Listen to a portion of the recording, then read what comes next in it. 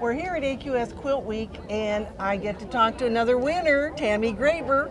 Tami won second place in the small wall movable machine quilted sponsored by Pro Stitcher.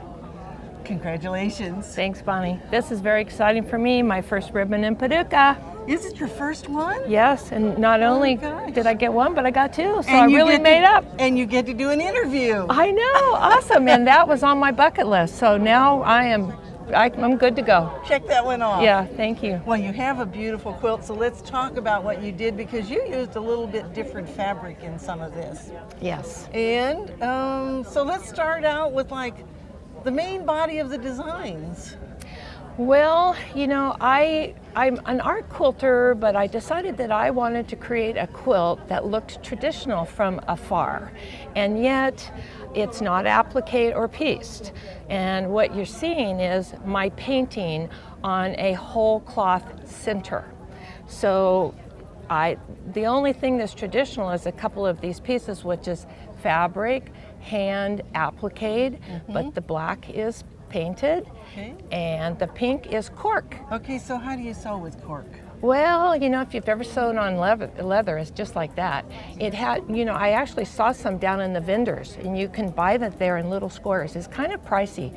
People buy it for making wallets or whatever. It has like a knit background on it, and it sews really easy. The needle goes through it like butter, and because I block all my quilts, I was worried how it would handle the water. No problem. Really? The only thing is, if you want to quilt with cork, if you make a mistake, if you take it out, it has the needle holes remain. So you got to make sure you don't make any mistakes. or have to take it off, That's right, for sure. So. Okay, and so you've done some embellishments. I did, just a little bit, yeah. And so are those stitched on, glued on? What have we done? Oh, the pearls are stitched on, and then the little, you know, those are the little hot sticky things, sure. Yeah.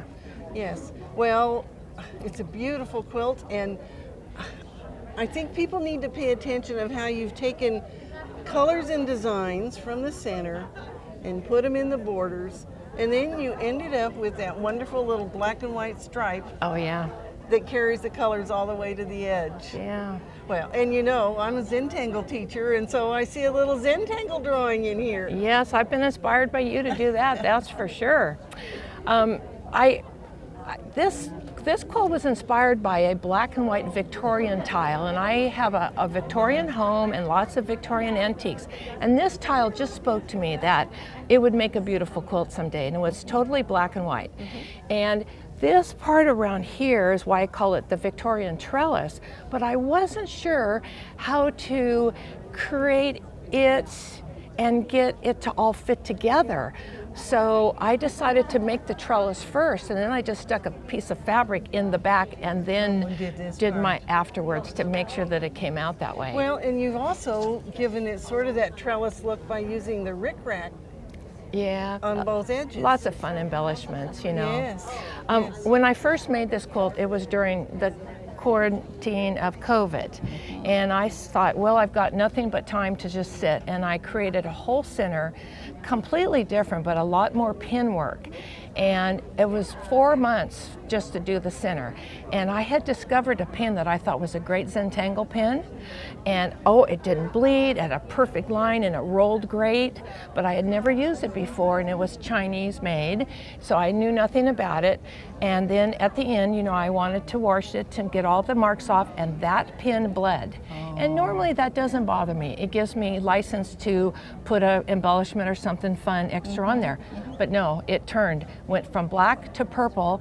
The more I kept washing it, hot water, blah, blah, blah, it turned from orange to pink. And I thought, okay, I'm gonna put pink on there, it'll look good. No, it didn't. I had to totally start the center over again. Well, so the lesson learned there is right. Test your materials every time, especially marking pens, writing pens of any kind. And you know, as someone who does a lot of artwork with pins, to me testing it just meant the permanentness. Is it going to bleed? But I meant bleed when I put it on the paper, not bleed after I put water on it. So now I have another test I have to add before I do anything else again. Yes, So yes. Well, it's anyway. a beautiful quilt, and congratulations. And I'm glad you got that check mark now on your bucket list. I know, super happy. Thank you so much. Well, and she has 2 quilts here in the show. Yes. So we're going to take a look at the next one. All righty. Thank you. We hope that you'll enter your quilts in the AQS Quilt Week. Just go to AmericanQuilter.com and you can do it all online.